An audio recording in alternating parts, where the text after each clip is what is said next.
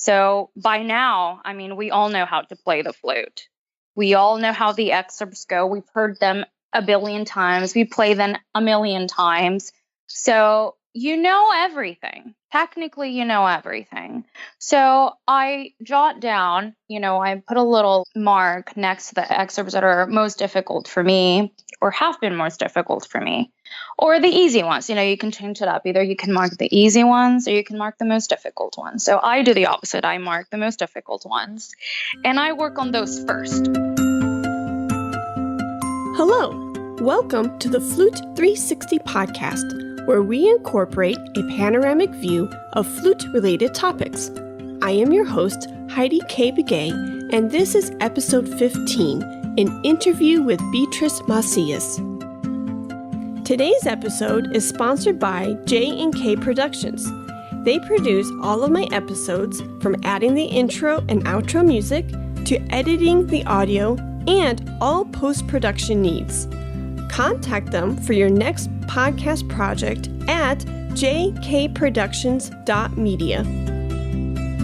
Celebrated for the beauty of her playing, flutist Beatriz Macías has established a successful international career as both a soloist and an orchestral player.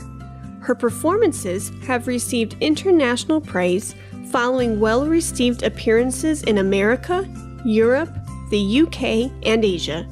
Please help me welcome Beatriz. Hello, Beatriz. Thank you for being on today's show. Hi, how are you? Good. How are you? I'm doing great. It is now 9:00 here in Finland, and I'm very excited about today.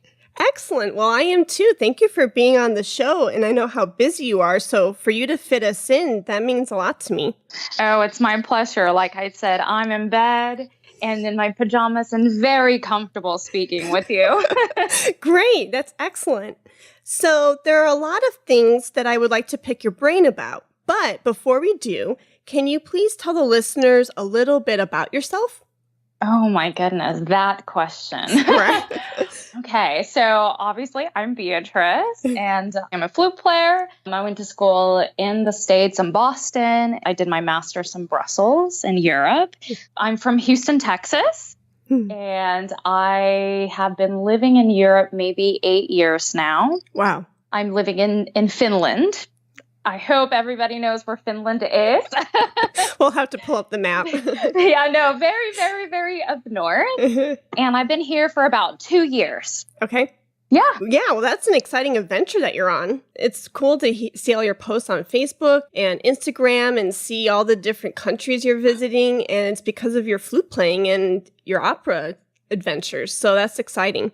Yes, it's very, very nice. I've actually had the opportunity to be able to play in different countries and all with their different styles of playing. And I do miss home, but it's so different here. It's so different and yeah. Yeah, just getting put into these different cultures and environments. I bet you learn a lot from those different situations. Yes, that's true. I've been traveling since I was 16. I think that was my first European trip. It was like my sweet 16th birthday. And I spent all summer, like 2.5 months in Europe, just traveling to each country and just getting to know the culture and what's out here. And actually, I came to look at music schools. I knew that I wanted to be a flute player when I was 16. And my mom said, well, if you have certain teachers that you want to come visit, make your list and we'll go see them. So I went to Paris and I went to Brussels and, I went to Amsterdam and I met a couple of the professors that are teaching, currently teaching at the conservatories there. Sure. And that's how I actually, I guess, pegged my teacher in Brussels without knowing that, at 16, that one day I would be coming to study in Europe. Wow. How exciting. That's great. Yes. So we actually first met back in 2016 at the NFA convention. And we did. And I bring that up because I attended yours and Erica Peel's class titled Secrets of an Audition Winner, 5 Steps to Success. And I was quite impressed with the layout and the information. So, could you please talk about your audition process? Yes, actually, I was just looking back at the class that Erica and I taught. We did, a little slideshow for ourselves and was going over the steps now that, just to kind of like recap like what I had said, because I wanted to see if my ideas had changed in 2 years. We met 2016 at NFA? Yes. Okay, we're in 2018, and a lot has happened then. Yes. I won my first, principal job in 2014, and in 2016, I moved to Finland. Okay. That's when, right after NFA, I moved to Finland to do, the job here. And I've been, substituting around and working in Holland and, working here. And so a lot has changed. And I think also maybe a little bit of my thinking and my process. Great. And just, in taking auditions. So a little bit of, I was reading because it was, Secrets of an Audition Winner, 5 Steps to Success. And we put, I'll recap a little bit. We put step 1, develop a schedule and begin by relearning what you think you know. Step 2, more of a mental game, mental security. We mentioned that mental security is gained through strong preparation. We did step 3 was audition simulation, do mock auditions. Sure. And play concerti for different pianists. Step 4, we talked about nerves and how to deal with them, how to acknowledge them, and then deal with them. And step 5, bring your own game, which basically means now that you've accomplished all these things, be you. Nice. So not a lot has changed, but I must say from my thinking in 2016 of those 5 steps, I still believe that create a routine. Once you get your orchestral excerpts, since we're talking about personal, I create my own routine. So let's say you are given 40 excerpts. So by now, we all know how to play the flute. Right. We all know how the excerpts go. We've heard them a billion times. We play them a million times. Right. So everything. Technically, everything. Right. So I jot down, I put a little mark next to the excerpt of which ones are, the excerpts that are most difficult for me or have been most difficult for me. Or the easy ones, you can change it up. Either you can mark the easy ones or you can mark the most difficult ones. So I do the opposite. I mark the most difficult ones and I work on those first. Yep. And I break them down as though I didn't know the excerpt at all. Nice. And I really think, is my rhythm good? Is my intonation good? All those steps that, judges behind a screen are looking for. I think musicality is actually the very last step. First, you have to have all those details down before you can make the music. Right. So I make a schedule. Let's say I have, 4 or 5 weeks. And the first couple of days, I just play the whole list. It doesn't matter how, really it sounds. I just want to have a feeling that I can play all of this in one day. Wow. So I play everything for the first couple of days just to get kind of a feeling of, how many, excerpts are, very soft and legato and beautiful and delicate, and how many require a little bit more, aggressiveness or, staccato, or just, I kind of divide those excerpts depending on what they require. Okay. For me. And then once I break those excerpts down, the next couple of days, I start to really work on the details. If it's Mendelssohn Scherzo, then I'll, team it up with Carnival of the Animals, things like that. Sure. That I am working, specifically every day and only on those excerpts that need special articulation or tonguing. For me, that works. And I divide those up mentally, Sure. in each day. So I do that. And then the last couple of weeks, obviously, I work on just that no matter what time of the day it is, I'll just, at home, I'll just leave my flute up, I'll pick it up, I'll play, because you have to be able to play that excerpt at whatever time. Sure. So I'll just, create some games for myself so that it doesn't become like, oh, I'm practicing excerpts every day. It does get boring. Yeah. It does get very, very boring and very frustrating because you've been stuck with these, same excerpts for so long that like sometimes you even think like, am I doing it right? I continue to do this and like, I don't know what I need to do next or how I should change it. So, being happy playing these excerpts should also be the goal. No, that's great. And I guess like right before the audition, I take a break. I stop practicing so much. I just, play a couple of scales, just try to, have free air, feel very relaxed when I play. And that's it. Then I'm ready for game day. That's awesome. Yeah, that's great. I like the one suggestion at NFA. I remember you saying we were talking about the day of the audition. And one thing that you said that you do really hit home with me. You mentioned that you snap your fingers the day of the audition just to kind of bring yourself grounded. Do you still do that? I'm curious. I do. I'm trying to think how many auditions have I had since I saw it. Not so many, actually.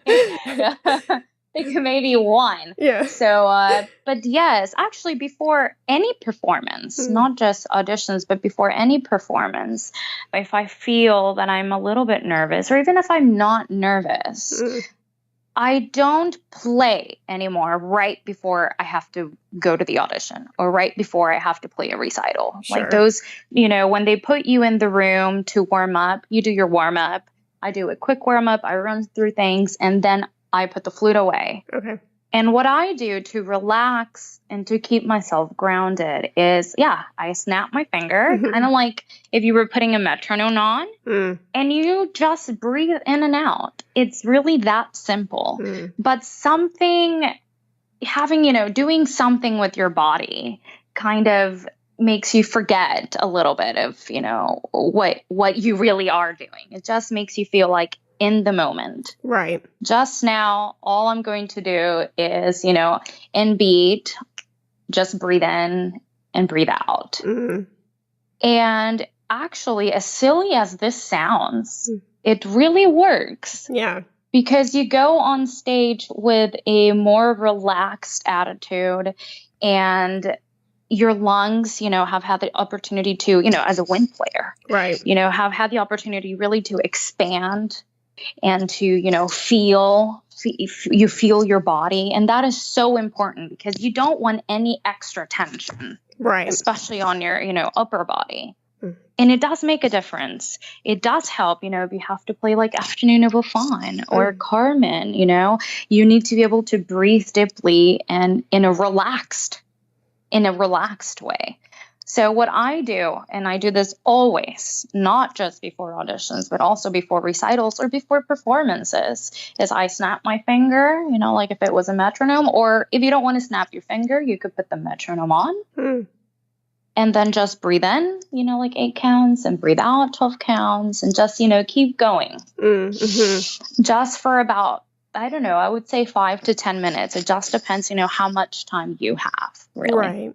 And I like it because it just kind of brings you, like you mentioned, back to your body. I mean, there's just a body awareness. I'm here, I'm in this environment, and all is good, It's a nice little trick.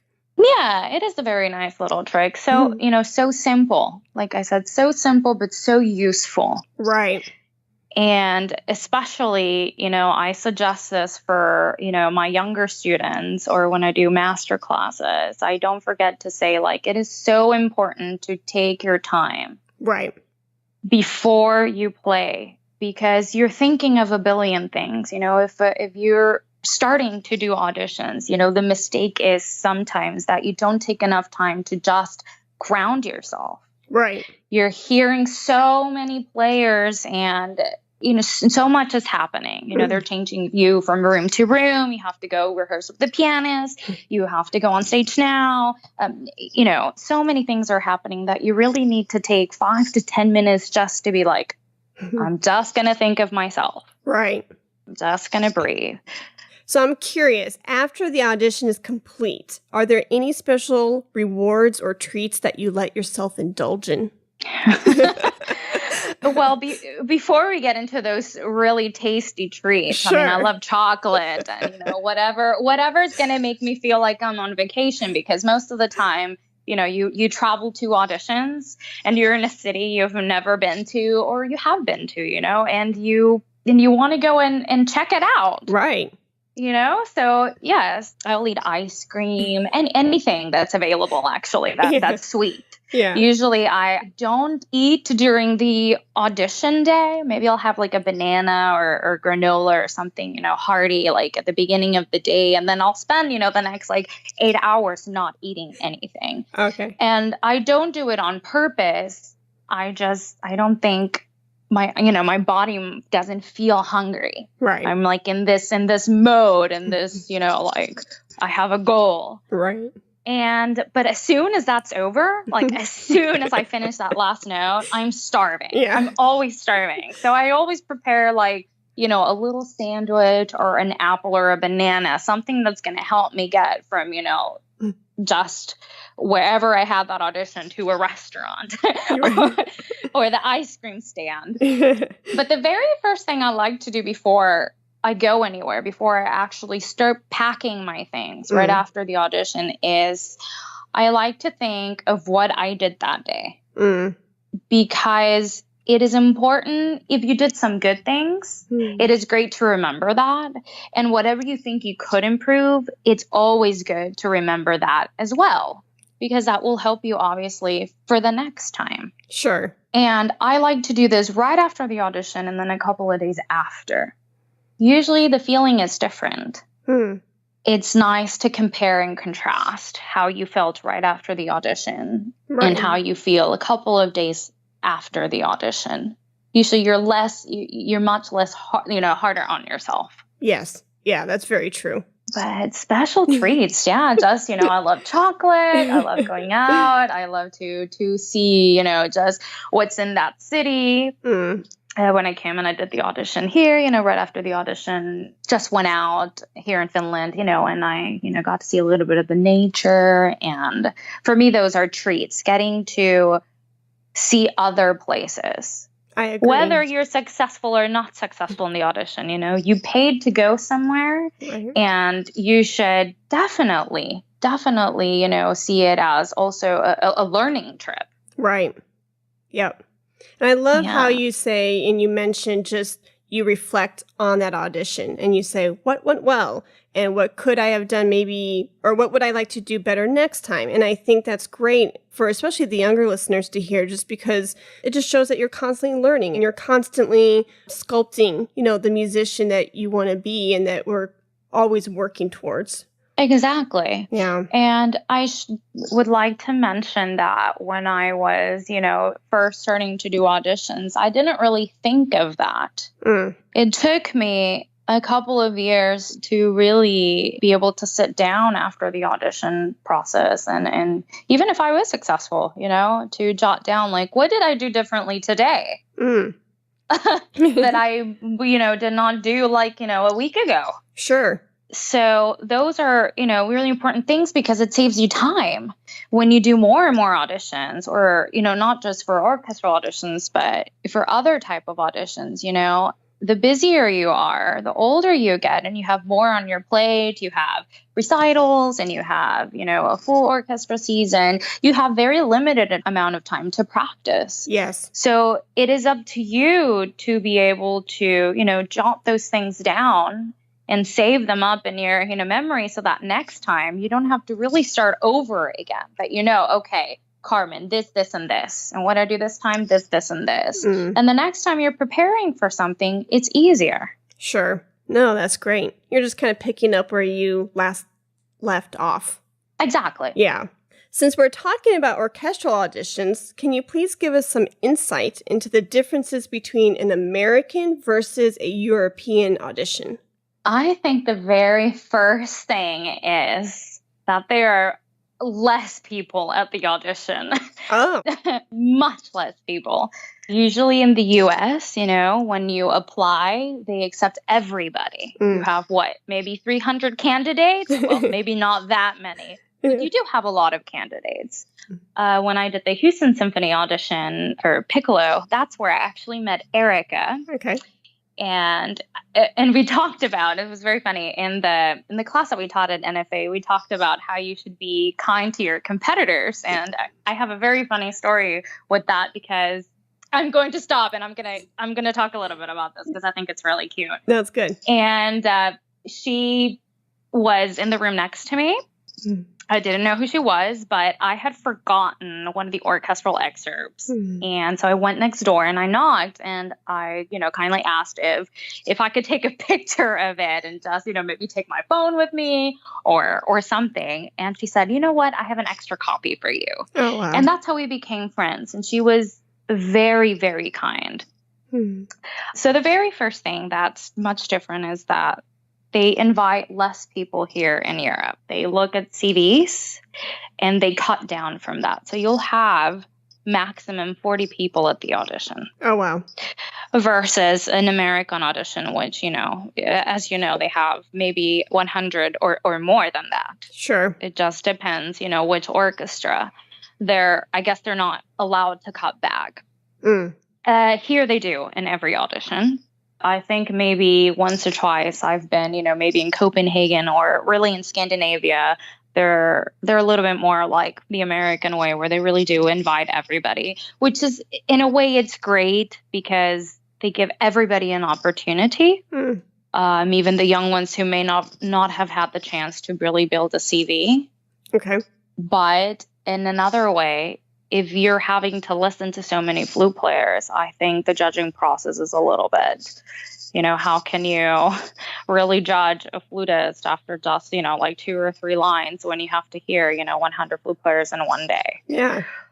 So I think that just the difference is the amount of people that they invite. They have more candidates in the US that they invite. They have less candidates in Europe that they invite. Okay. The second thing is maybe the steps that they do the audition in. In Europe, usually, we start with Mozart. Okay. And as first round. And that's it. Just Mozart. Oh, wow. And then second and third round will include orchestral excerpts or another piece if they require. Now, a lot of auditions, a lot of orchestras are starting to change it up a little bit, the audition process. Okay.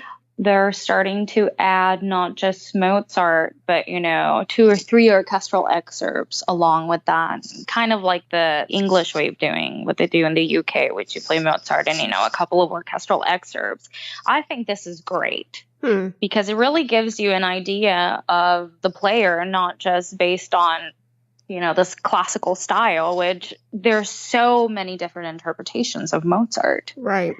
So I think orchestras are getting smarter and kinder in that way that, if maybe Mozart is not your thing, you have, 2 or 3 other excerpts or maybe an excerpt of another piece that will allow you and, help you pass to the second round. Oh, interesting. Maybe the excerpts that we play. Oh, okay. Here, of course, it's the same repertoire, but just what they really ask. Here, Mozart is always. You will always play Mozart in every audition. And most popular pieces, are like Due to You, the French repertoire. Right. Prokofiev has been one in the past couple of years that they've really, have. It's like a requirement, Prokofiev sonata. They play a lot of Strauss here. A lot of Strauss excerpts, which I think in the U.S., not so much. I remember my one friend, Lauren Hampton, she played for Edmund-Davies in London, and she did some orchestral excerpts for him. And I can't remember if it was Hindemith or... I can't recall, but she played something that was like pretty standard over here in America. And he goes, I have never seen this on a list ever in my life. So that just kind of piggybacks off of what you're saying, that the repertoire list can be different. Yeah, it can be different. Yeah. Great. Okay. So to kind of shift gears a little bit, Not only are you an orchestral flutist and soloist, but you're also an opera singer. Can you please tell us about that? Yes, I've always had a passion for singing. When I was in Boston and doing my flute performance degree, opera was going to be one of my choices as well. But you can't do two things at once. It just, when you're doing your bachelor's, you have so much on your plate that it would have been very difficult to be able to do two degrees at once. But I continued to sing, and especially a lot of chamber music, in type settings. I think singing is so important as a wind player. So I was, involved in choir and, some recitals, and always linked both my flute playing and my singing together. Okay. Recently, I've decided that I would start taking, singing a little bit more seriously. So I've been, for the past couple of months, taking vocal voice lessons in Berlin. Oh, wow. From two great opera coaches. I have a couple of compositions being written for flute, voice, and chamber orchestra. So I have to keep up my singing. Nice. So I go to Berlin every, couple of weeks to take some lessons. And I think it's very important because there is so much, this lyrical side to flute playing that can really help to create a good image or a good a character, a good sound that you can link into your flute playing. Wow. Yeah. And just even, if you're not a professional opera singer like yourself, getting training from Berlin, just to kind of encourage, younger flutists to maybe sing the phrase or to experience it that way, because then it translates over to the flute quite nicely. Yeah, actually, whenever Eric and I taught the class, I talked about this, that you should sing your phrases, you should sing your music. It gives you, singing is so natural. Right. It's just you. It's your voice. It's your sound. So when you sing something, sing it once through and then play it. I do that actually as my audition process. I sing my orchestral extra and then I play it. And you'll notice, different colors, everything's so natural. So basically I try to imitate what I sing. Interesting. And I notice when I sing out a phrase, if I'm getting ready for a recital or a performance or whatever the case may be, I notice that my pitch is better. That is true. My intonation's just improved. But it's because you have that sound in your head. Right. It stays in your head. It's like when I will use, the Carmen Extra illustration again. It's just, you end the first phrase with a B flat and then you continue with the B flat. And most of the time, something very tricky, like you'll hear the difference between just a good flute player and a good flute player is that they'll continue with the same sound. What they left off, they start with. Sure.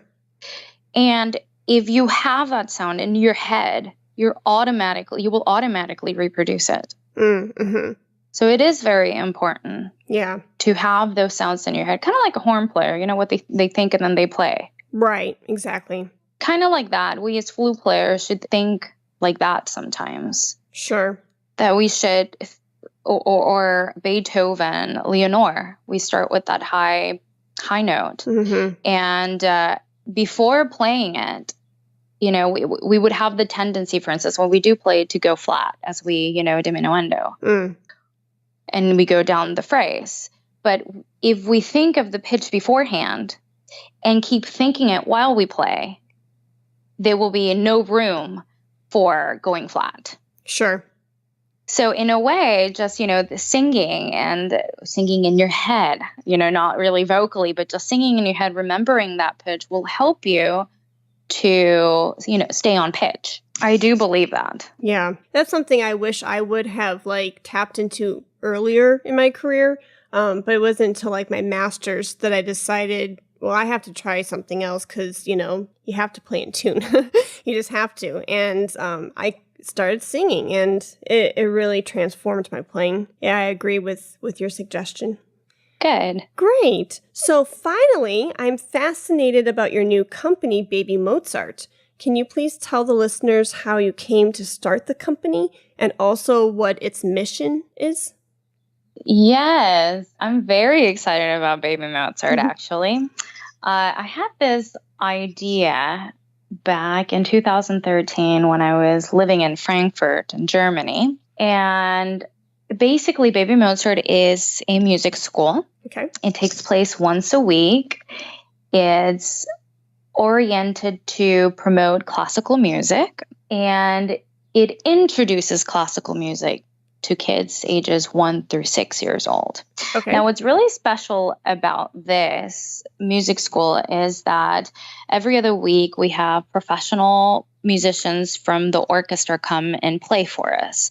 So the kids really get, to see the professionals right there in front of them, playing horn, playing flute, playing trumpet. This is so important, and I'm very excited about this project because music education is very important even for performers like myself. Okay. It's like our duty. I feel it is our duty that we should educate the future, especially like these days that, orchestras, if you see the public that go to the concerts, it's usually older people. We don't have many young people come to the concerts. And how are we to expect that we're going to have, public in the next couple of years or in the future if we don't educate the youth? Very true. Yeah, I love that. So it's a little music school. My idea started in 2013, but I wasn't able to fully plan it until I got here to Finland. Especially because they have a great music education system here. The orchestra, this orchestra was Denis's Budyakov's former position. Okay. Long time ago. He was here in Tampere. Great city, by the way. And they have a great education program in the orchestra where every other month they bring in kids to the concert and they play something for them. Okay. They play, Scheherazade, just excerpts of what is on the program that week. So I thought, what a better place to do it than here. No, that's awesome. And so you founded Baby Mozart in what year? Well, I founded it in 2013, but really I started this year in January. Okay, great. The company started here in January. Wow. And how many teachers do you have currently?